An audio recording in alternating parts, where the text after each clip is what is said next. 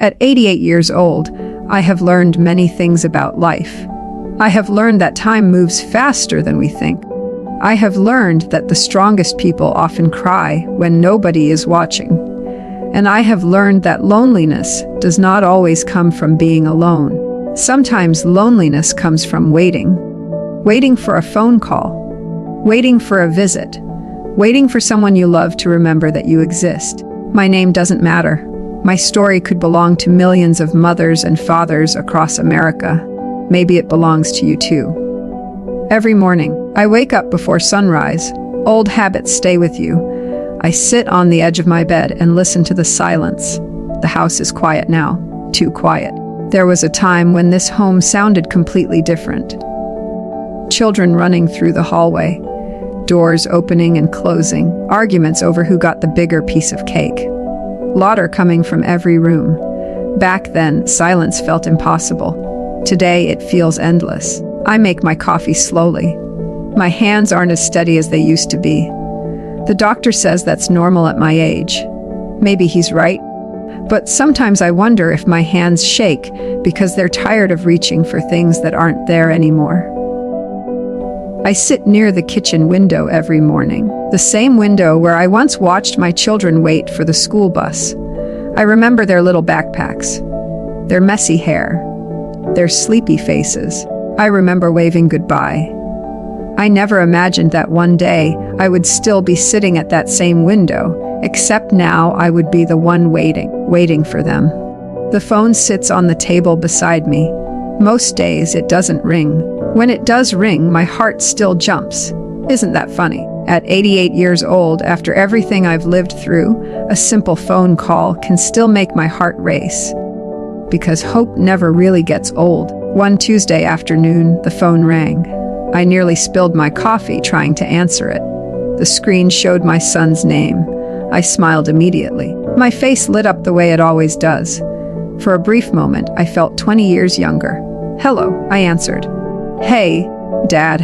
Just hearing those words felt wonderful. "Hi, son. How are you?" There was a short pause. Then came the question. "Dade, can I ask you a favor?" My smile faded a little. Not completely. Just enough. You see, when you've lived long enough, you begin to notice patterns. I knew what was coming. Still, I listened. He explained that he needed some help. There was a bill, a problem, a situation, something unexpected. There always seemed to be something. Of course, I said yes. I always said yes. That's what parents do.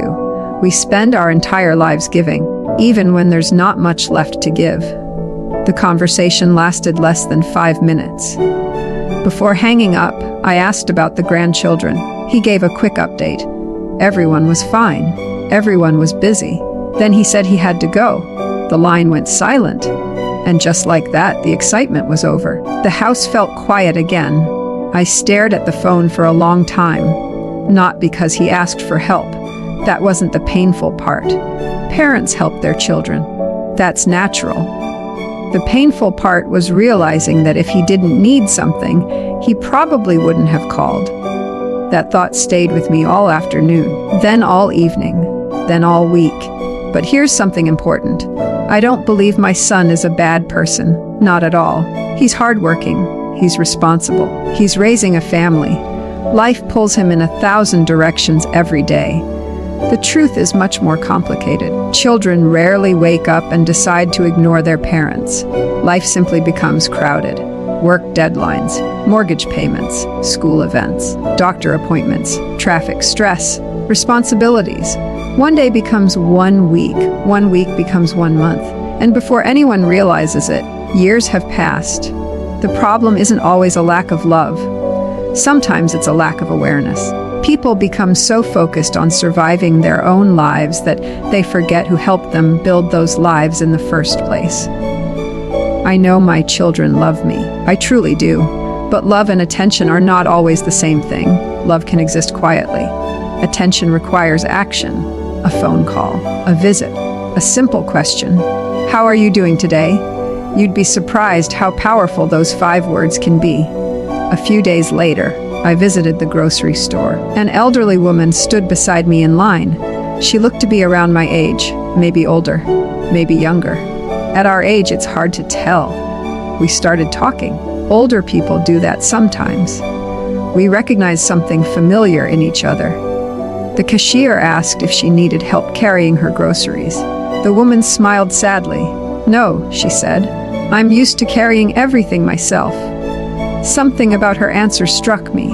It wasn't really about groceries. I knew that, and I think she knew that I knew. After the cashier walked away, she leaned toward me and whispered something I'll never forget. "My daughter only calls when she needs a babysitter." Then she laughed. But it wasn't a happy laugh. It was the kind of laugh people use to hide disappointment. I nodded, because I understood. More than she realized. We stood there for a moment without speaking. Two strangers connected by the same invisible ache. An ache many parents carry in silence. We don't talk about it often. We're afraid of sounding bitter, afraid of sounding needy, afraid people will think we're complaining. So we stay quiet. We smile. We say everything is fine, but deep down, many of us are asking the same question. When did I become an afterthought? I drove home thinking about that woman, thinking about my own children, thinking about the thousands of elderly parents sitting alone at kitchen tables all across the country. Some waiting for calls, some waiting for visits, some waiting for birthdays, some waiting for holidays, some simply waiting to feel remembered. That evening, I looked through an old photo album. The pages were worn. The photographs were fading, but the memories remained vivid. There was my daughter on her first bicycle. There was my son holding a baseball glove almost bigger than his body. There were family vacations, Christmas mornings, birthday cakes, school graduations, moments that once felt ordinary, moments that now feel priceless. As I turned each page, I noticed something. In every photograph, I wasn't thinking about myself, I was thinking about them. Their happiness, their future, their dreams. That's what parenting is. You spend decades making someone else's life your priority. And one day, you wake up and realize you're no longer theirs. That realization hurts. Not because you're selfish, but because you're human. And every human being wants to feel valued, wanted, remembered. The older I get, the more I understand something important. The greatest fear of aging is not wrinkles. It is not gray hair. It is not even death. The greatest fear is becoming invisible. And that's exactly why I need to share what happened next. Because what I discovered changed the way I looked at my children, my loneliness, and my life forever. And if your children only call when they need something, what I learned may change everything for you too. For several days after that phone call, I carried a heaviness inside me. Not anger, not exactly sadness, something deeper, something harder to describe. It felt like disappointment mixed with loneliness, the kind that settles quietly into your chest and stays there. I continued my usual routine. Wake up, make coffee, read the newspaper, look out the window, wait for the day to pass. But something had changed. I found myself thinking about my children more than usual. Not the children they used to be, the adults they had become. And if I'm being honest, some of those thoughts weren't very kind. I started keeping score. Have you ever done that? Maybe not with a notebook or a calculator, but in your mind. I counted the missed phone calls, the canceled visits, the forgotten promises, the birthdays that ended with a quick text message instead of a conversation, the holidays when everyone seemed more interested in taking pictures than making memories. I remembered every time I had felt overlooked, every time I had sat by the phone hoping it would ring, every time I had convinced myself that this week would be different. The strange thing about hurt feelings is that they collect interest. The longer we hold onto them, the larger they become. One disappointment turns into 10, 10 become 50. And before long, we're carrying around a mountain of pain built from years of small moments. One afternoon, I was sitting in my living room when I noticed an old wooden box on the bookshelf. I hadn't opened it in years. Inside were letters, dozens of them. Some from friends who had passed away, some from family members, and some from my children. Letters they had written many years ago, back when handwritten letters were still common. I carefully unfolded one from my daughter.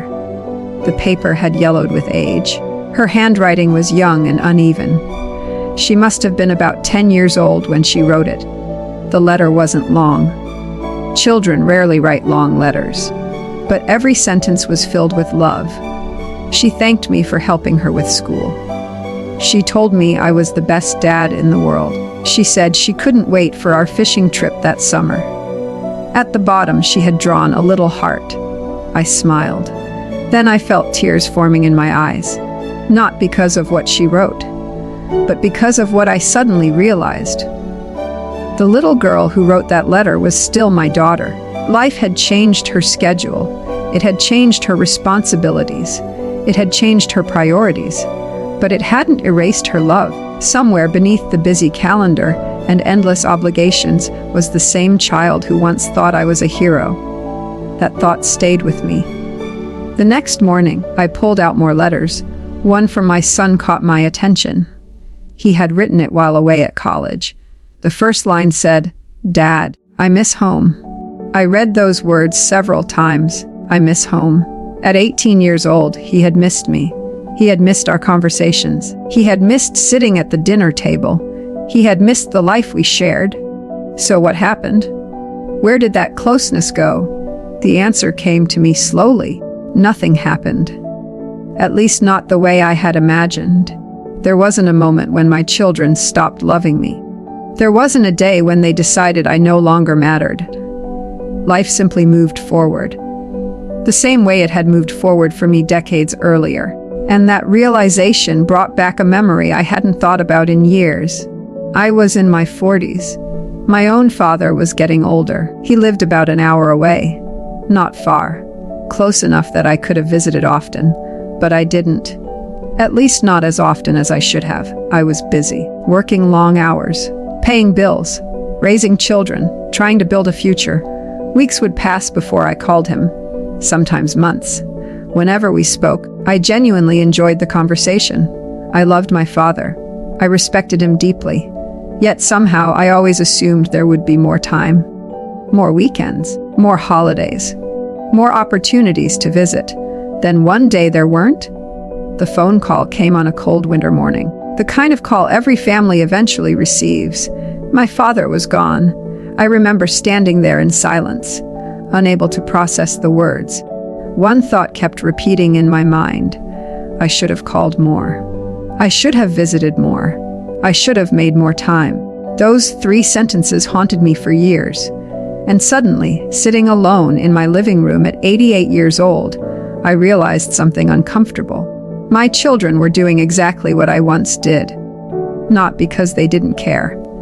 Because they believed there would always be another tomorrow. Another weekend, another chance, another phone call. When we're young, time feels unlimited. We spend it carelessly, the way a child spends coins without thinking. We assume there will always be more. It isn't until we get older that we understand how precious it really is. That afternoon, I decided to do something different. Instead of waiting for my children to call me, I called them. Not because I needed anything. Not because there was an emergency, simply because I wanted to hear their voices. My daughter answered first. She sounded surprised. "Dad, everything okay?" I laughed. Of course. Can't I call my daughter just to say hello? There was a pause. Then she laughed too. We talked for nearly 30 minutes. Nothing important, and yet everything important. The weather, the grandchildren, a recipe she had tried, a television show she was watching. Ordinary conversation, the kind I had been missing. When we hung up, I felt lighter. A few days later, I called my son. The conversation wasn't as long. He was busy. But before hanging up, he said something that stayed with me. "Dad, thanks for calling. I've been meaning to check in." I've been meaning to check in. How many relationships live inside those words? How many friendships fade because both people are waiting for the other person to reach out? How many family bonds weaken because everyone assumes they'll connect later? The truth is that love often exists inside good intentions. But good intentions don't create memories. Action does. As the weeks passed, I began noticing something else. The more I focused on what my children weren't giving me, the unhappier I became. But when I focused on what we still had, my perspective changed. I still had conversations. I still had family. I still had grandchildren who smiled when they saw me. I still had people who cared, maybe not in the perfect way I wanted, but in their own imperfect human way. One Sunday afternoon, I attended a community gathering for seniors. There were about 20 of us sitting in folding chairs, coffee cups in hand, sharing stories. One man spoke about his son who lived across the country. A woman talked about her daughter who rarely visited. Another gentleman admitted he hadn't spoken to one of his children in over 5 years. As I listened, I noticed a pattern. Many of us were carrying expectations that no one knew about. We expected frequent phone calls, regular visits, special attention, and when those expectations weren't met, we suffered silently. Not because our children were cruel, because we never communicated what we needed. We hoped they would somehow know. But people aren't mind readers, even people who love us, especially people who are overwhelmed by their own lives. That evening, I sat alone on my porch as the sun began to set. The sky glowed orange and gold. Birds moved across the horizon. The world felt peaceful. For the first time in a long while, I wasn't thinking about who hadn't called. I was thinking about something much bigger. Maybe the goal isn't to make our children feel guilty. Maybe the goal is to help them understand. There is a difference. Guilt creates distance. Understanding creates connection. One pushes people away. The other invites them closer. And as I sat there watching the sunset, I made a decision. A decision that would change everything.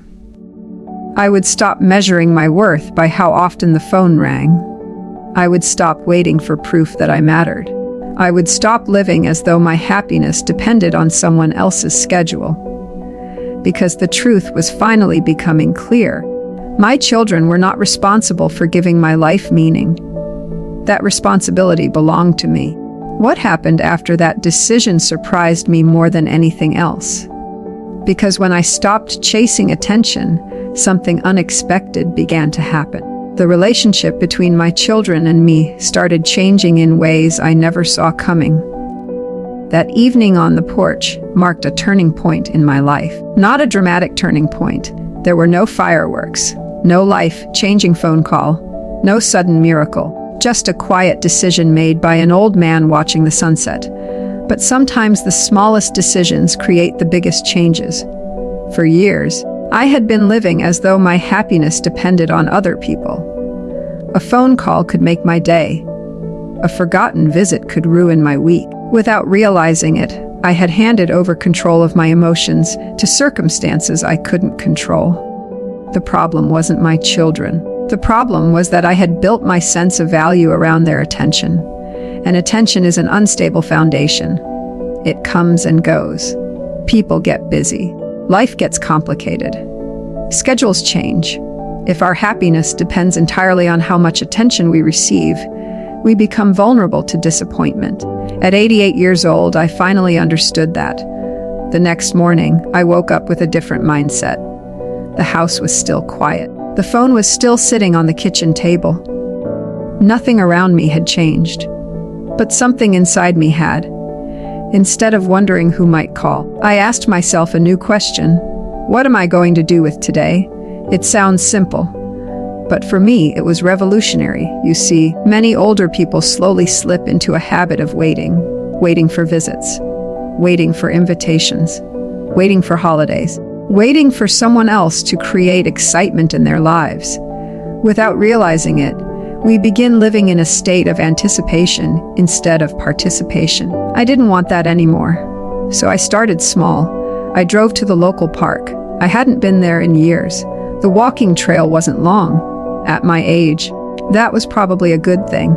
I walked slowly, watching children play, watching young couples push strollers, watching people live their ordinary lives.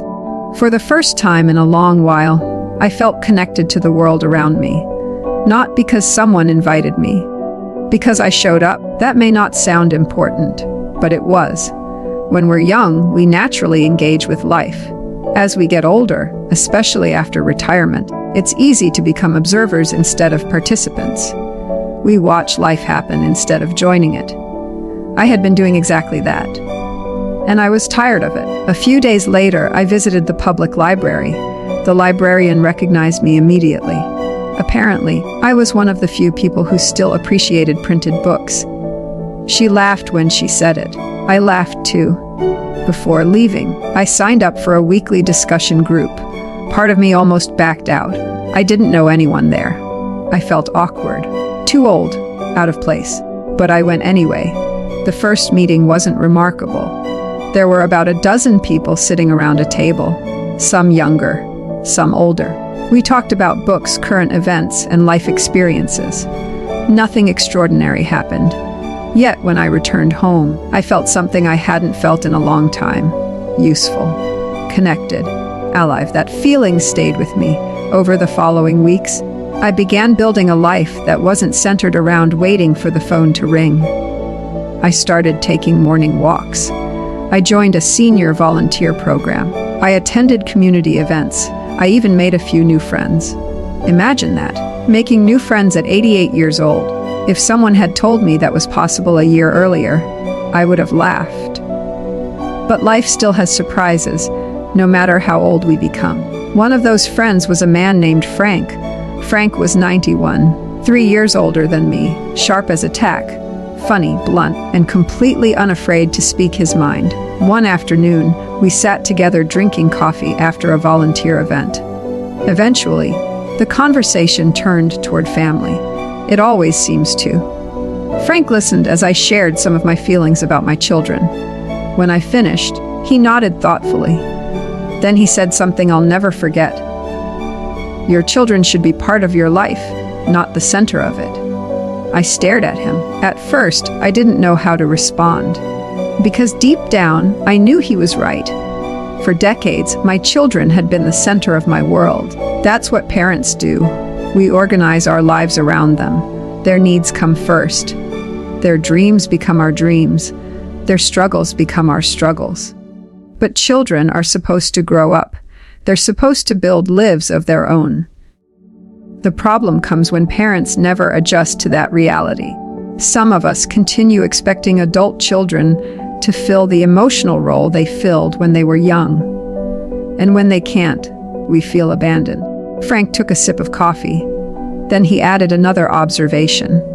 The healthiest families are connected by love, not obligation. That sentence stayed with me for days. Connected by love, not obligation. How many times had I secretly wanted my children to call because they felt obligated? How many times had I measured their love by their availability? The truth wasn't easy to admit, more often than I liked. But obligation rarely creates meaningful relationships. People may show up physically because they feel guilty, yet guilt doesn't build closeness. Love does. Understanding does. Choice does. Several weeks later, something unexpected happened. My daughter called. This time, she didn't need anything. No favor, no problem to solve, no request. She simply wanted to talk. We spoke for nearly an hour. At one point, she said something that surprised me. "Dad, you sound happier lately." I smiled. Because she was right. I was happier, not because my children had suddenly changed. Because I had changed. When I stopped viewing myself as forgotten, I stopped acting forgotten. When I stopped living like a victim, I started living again. That shift affected everything. Even the way I spoke, even the energy I brought into conversations. People noticed those things, especially family. A few days after that conversation, my son stopped by unexpectedly, just for a short visit. Nothing special, no holiday, no occasion. He was in the area and decided to come by. Years earlier, I might have spent the visit quietly resentful, thinking about all the times he hadn't visited, thinking about all the missed opportunities, keeping score. Instead, I simply enjoyed the moment. We sat together, talked about sports, talked about family, talked about life, and something remarkable happened. I felt grateful instead of disappointed.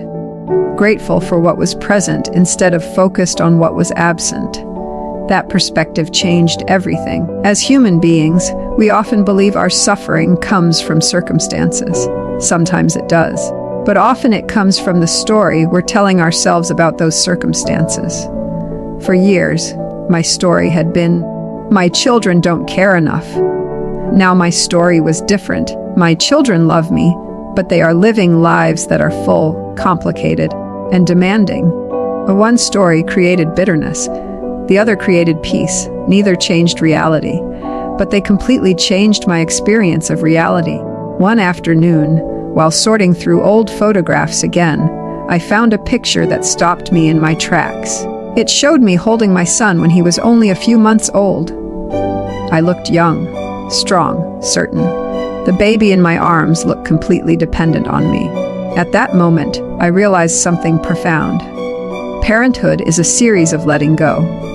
First, we let go of their hand on the first day of school. Then we let go when they learn to drive. We let go when they move out, when they get married, when they start families of their own. Each stage requires a different version of letting go. The mistake many of us make is believing that letting go means losing the relationship.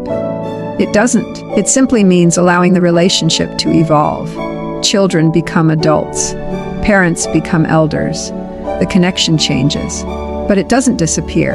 Not unless we allow resentment to replace love. As I reflected on all of this, another realization emerged. Many older parents are carrying a silent heartbreak, not because their children are absent, but because they are grieving a version of the relationship that no longer exists. They're missing the little boy who wanted dad to fix everything, the little girl who wanted mom's approval. They're mourning a chapter that has already ended. And that's understandable. But life only moves forward, not backward. The challenge is learning to appreciate the relationship that exists today instead of longing only for the one that existed yesterday. That lesson wasn't easy. In some ways, I'm still learning it. But the more I embraced it, the lighter I felt. The loneliness didn't completely disappear. No honest person would claim that. There are still quiet evenings, still empty rooms, still moments when I wish the phone rang more often.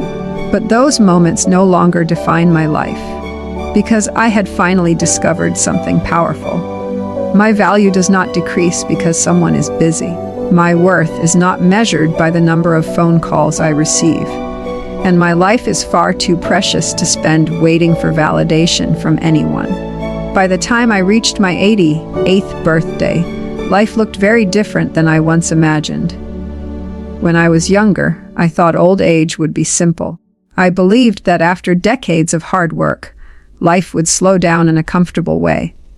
I imagined family gatherings every weekend, long conversations around the dinner table, grandchildren running through the house, children stopping by just because they wanted to spend time together.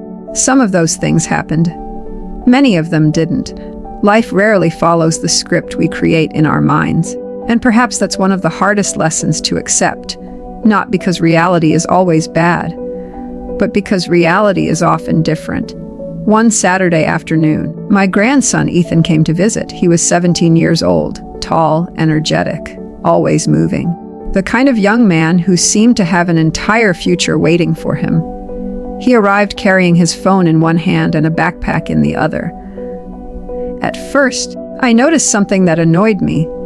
Every few minutes, he checked his phone. Messages, notifications, videos. Something always demanded his attention. Part of me wanted to complain. Part of me wanted to say what so many older people say. Put that thing away. But I didn't. Instead, I watched. I paid attention. And what I observed surprised me.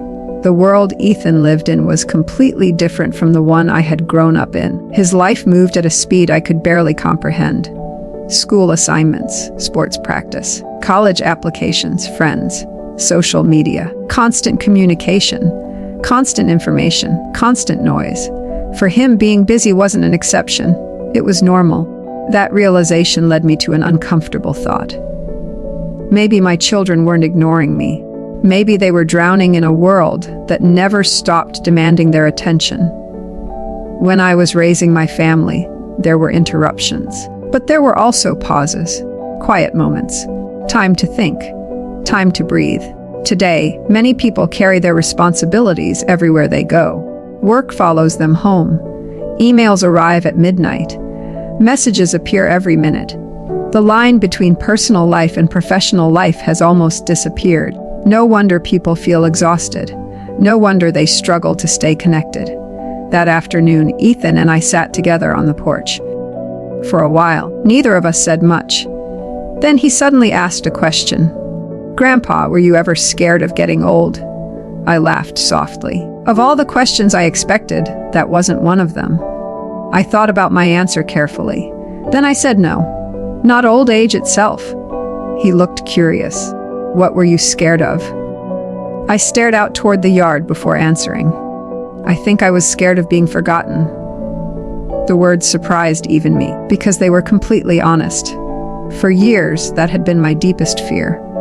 Not wrinkles, not illness, not death. Being forgotten. Ethan was quiet for a moment. Then he said something I will carry with me for the rest of my life. "Grandpa, nobody forgets the people who helped make them who they are." I looked at him. He wasn't trying to sound wise.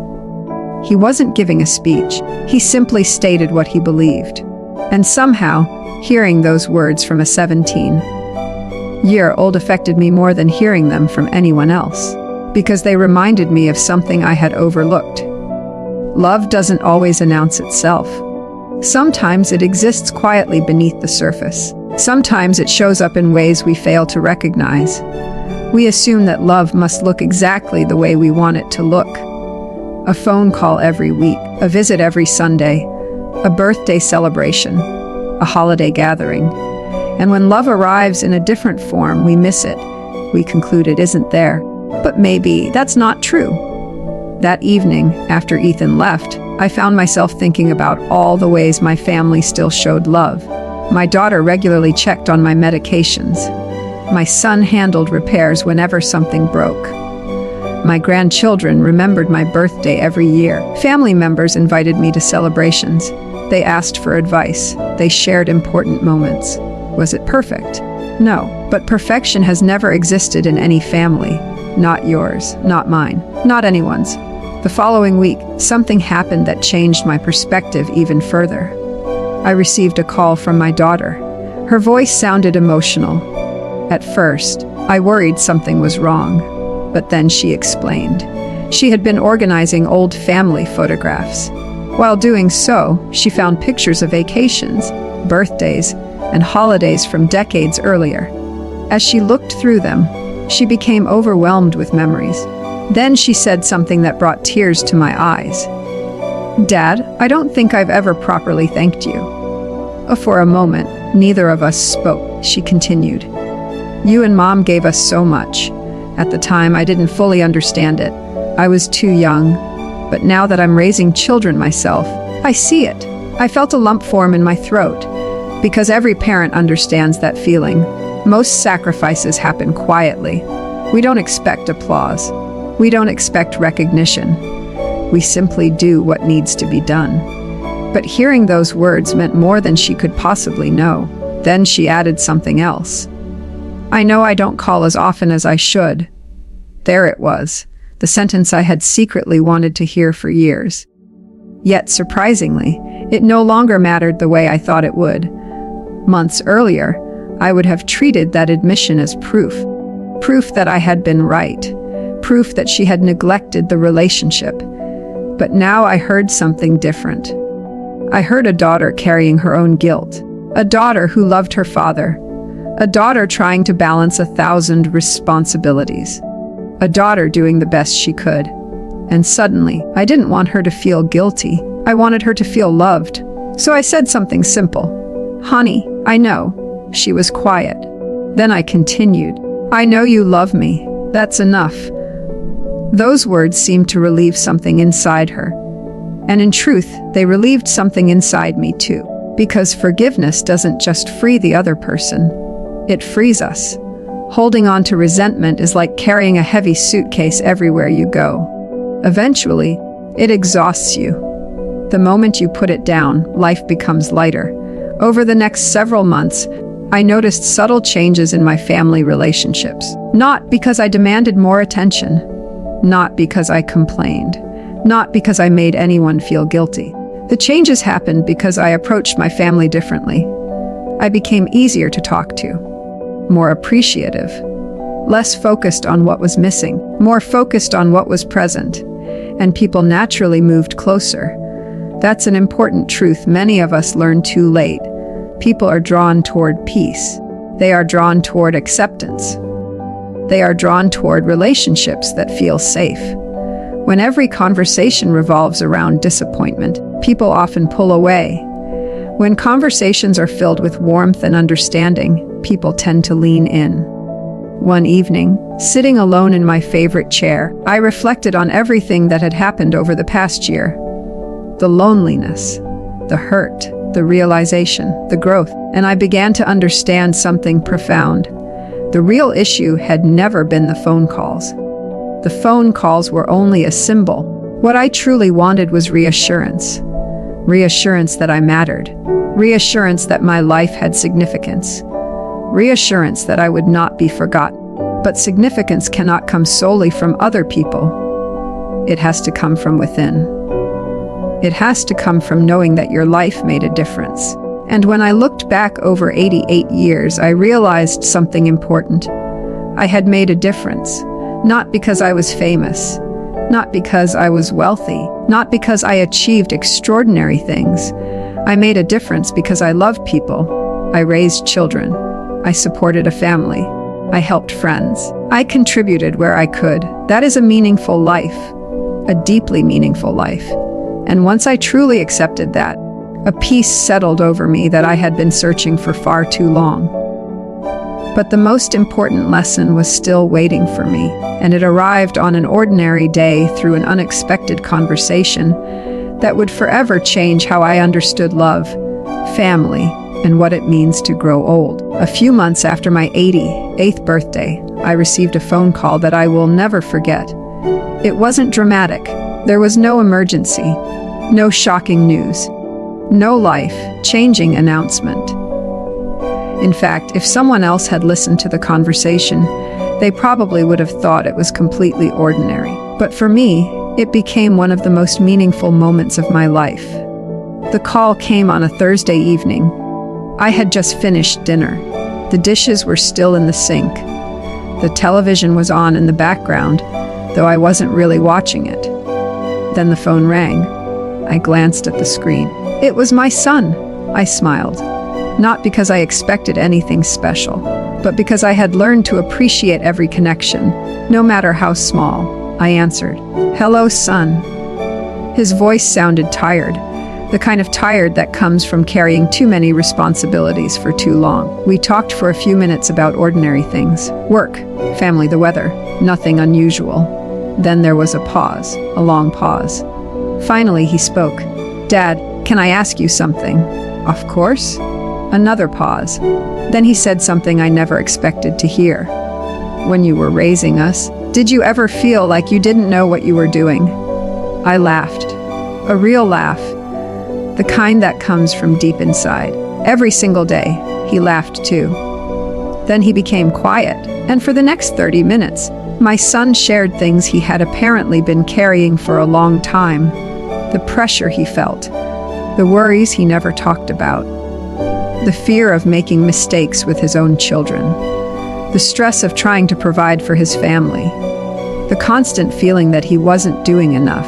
As I listened, something became painfully clear. For years, I had focused on my own loneliness. I had focused on my own disappointments. I had focused on what I thought was missing. But I had forgotten something important. My children were struggling too. Not in the same way, but in their own way. Life hadn't become easy for them simply because they became adults.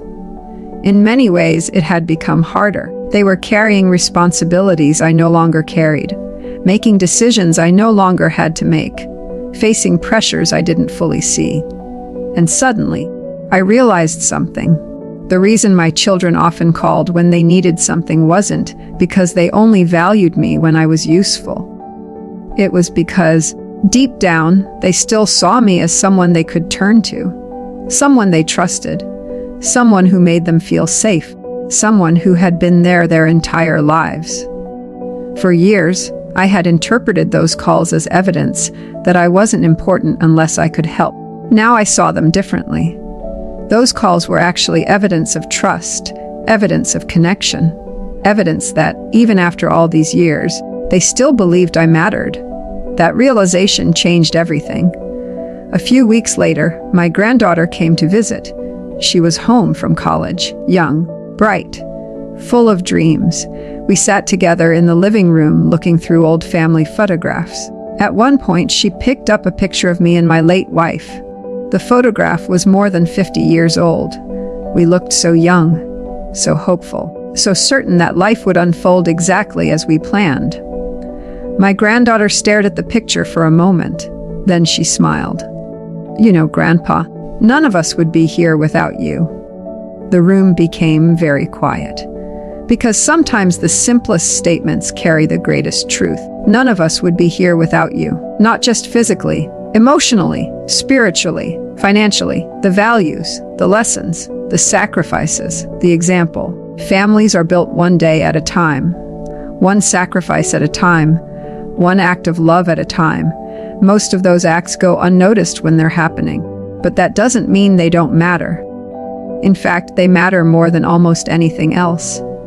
As the months passed, I found myself thinking less about how often my children called and more about the life we had shared, the birthdays, the graduations, the road trips, the bedtime stories, the scraped knees, the family dinners, the laughter, the tears, the thousands of ordinary moments that, together, created a family. And eventually I understood something that I wish every aging parent could understand.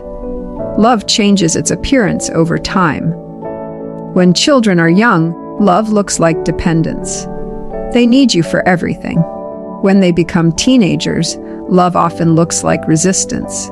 They're trying to find themselves. When they become adults, love frequently looks like distance. Not because they care less, because they are building lives of their own. And when they become parents themselves, love often returns as understanding. For the first time, they begin to see everything you carried, everything you sacrificed, everything you gave. The tragedy is that many parents spend years feeling unloved, while that understanding is quietly growing beneath the surface. That's why I wanted to share this story. Because if your children only call when they need something, don't rush to the worst conclusion. Don't automatically assume you have been forgotten. Don't assume you no longer matter. Don't assume your value has disappeared. Sometimes people are busy. Sometimes people are overwhelmed. Sometimes people are struggling in ways they never talk about. And sometimes the very fact that they call you when life gets difficult means they trust you more than anyone else. At 88 years old, I have finally learned that love is not always loud. Sometimes it arrives as a quick phone call.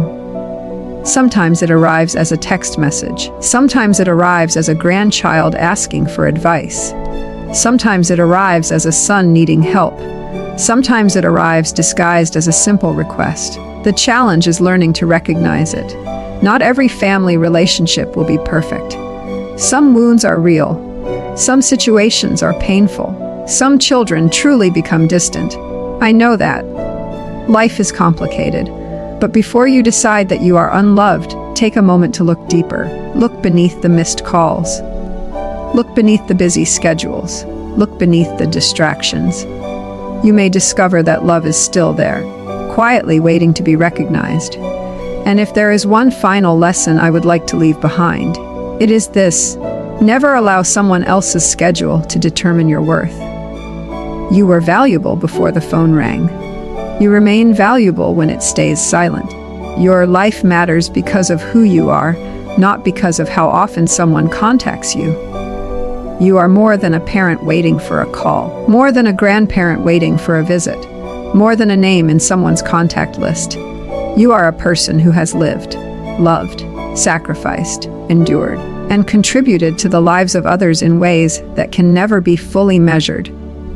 The older I get, the more I realize that a meaningful life is not defined by how much attention we receive. It is defined by how much love we give.